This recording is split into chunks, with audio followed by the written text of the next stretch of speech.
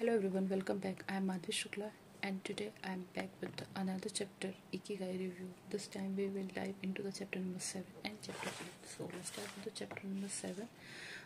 Here, the Ikigai diet. What the world's longest living people eat and drink. जो लोग इतने time तक जी रहे हैं वो क्या खा रहे हैं और क्या पी रहे हैं जिससे कि वो बिल्कुल हेल्दी और स्वस्थ हैं. तो यहाँ पे एक चार्ट के थ्रू इन्होंने बताया कि according to the World Health Organization Japan में लोगों के जो मैन है उनकी लाइफ 85 ईयर है और वुमेंस की 87.3 ईयर है. और एक चार्ट के थ्रू एक ग्राफ के थ्रू उन्होंने हमें समझाया भी है.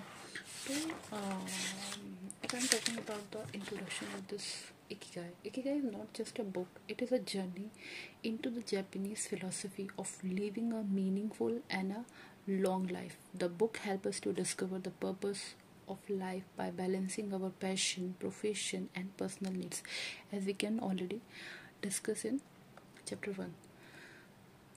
From very beginning, Ikigai has been about the finding the reason to wake up early morning. In early chapter, we learn about these discussing over the Ikigai bring happiness and a fulfilling. But now we are moving in chapters number 7 and 8 as well. We dive into the more practice sides of the maintaining our well-being through the healthy habits. So let's start the chapter number 7. So yes. So let's recap the earlier chapter that's जिससे कि हम चीज़ों को थोड़ा connect कर पाएँ कि चीज़ें कैसे चल रही हैं. तो earlier chapter the previous chapter have already thought us the Ikigai revolve around the 4 main component. Like हमने पहले फर्स्ट चैप्टर में भी इस चीज़ को देखा है that what we love, what the world's need, what we can paid for and what we are good at. As मैं आपको चैप्टर फर्स्ट का एक दिखाती हूँ. देखिए ये हमने पहले भी किया है. What the world need, what you love, what the world need, what you can be paid for and what you are good at. अगर हम लव और नीड्स को मिलाएं तो ये मिशन बनता है. हम नीड्स और पेड को मिलाएं तो ये वोकेशन बनता है. हम पेड और गुड्स को मिलाएं तो ये प्रोफेशन बनता है और गुड और लव को मिलाएं तो ये हमारा पैशन बनता है. इकिगाई इन्हीं सबके इर्द गिर्द घूम रही है जो कि लोगों को उनके मकसद तक पहुंचाने में हेल्प करती है. ठीक है. तो जैसा कि हमने ये देखा है as we already discuss our previous chapter in these things. It emphasizes that when we find this balanced life feel more meaningful, we explore the lives of people in Okinawa, Japan, who live to be more than 100 plus year old, understanding that their longevity is linked not only to social connection and the purpose, but also to their simple yet fulfilling lifestyle. So let's start in chapter 7. as यहाँ पे बताया गया है so eat less to live longer, कम खाइए और ज़्यादा time तक जीवित रहिए. द इकिगाई डाइट जैसे कि यहाँ पे इन्होंने कहा है what the world longest people eat and drink. हमने अभी स्टार्टिंग में देखा.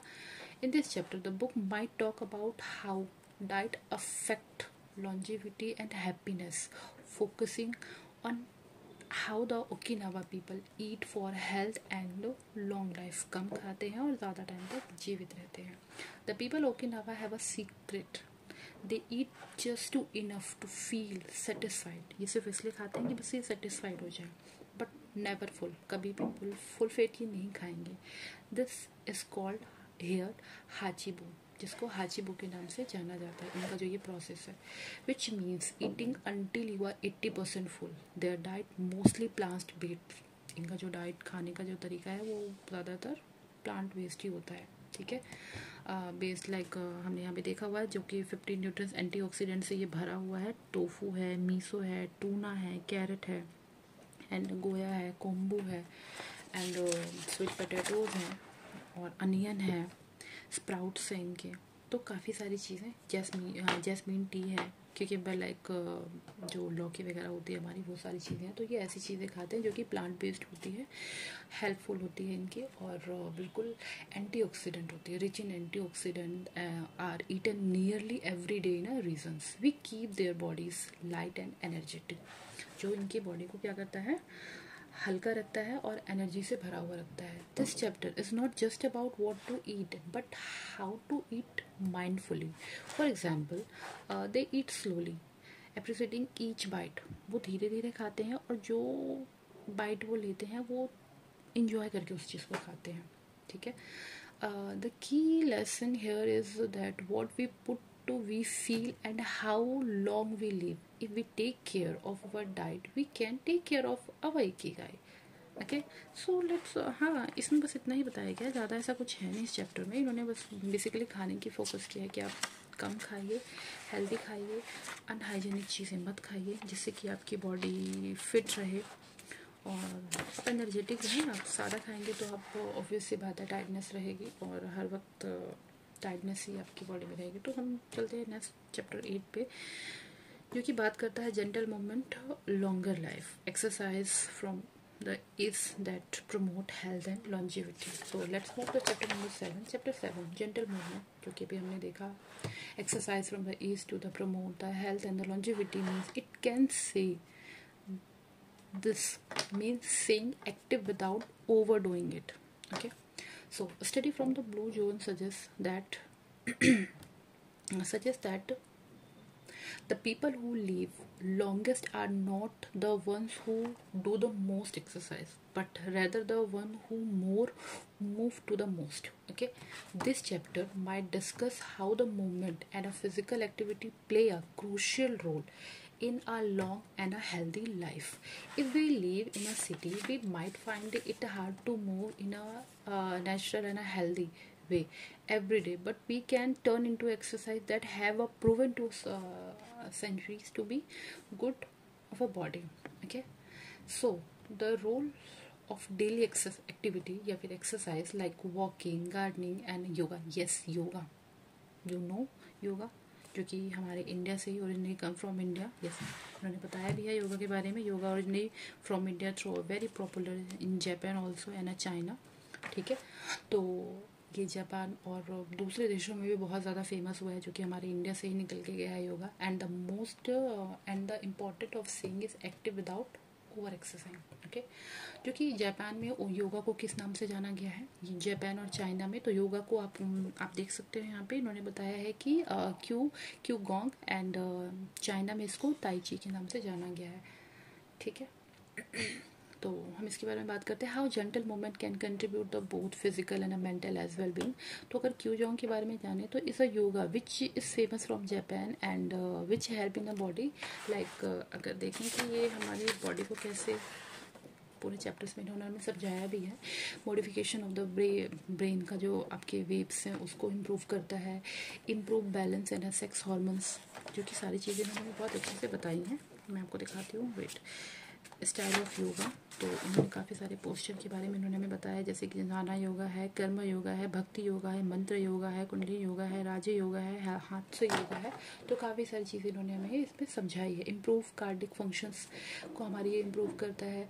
Reduction of the secondary effect of the cancer treatment, जो बहुत ज़्यादा खतरा बना रहता है, उससे भी हमें बहुत हेल्पफुल है. तो greater bones density and in this way the whole organism, हमारा जो ऑर्गेनाइजिज्म है, which prepare to the work together toward the single goal.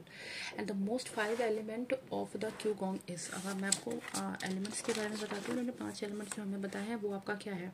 Q gong is the best known for the exercise series representing the 5 element which is earth, water, wood, metal and fire.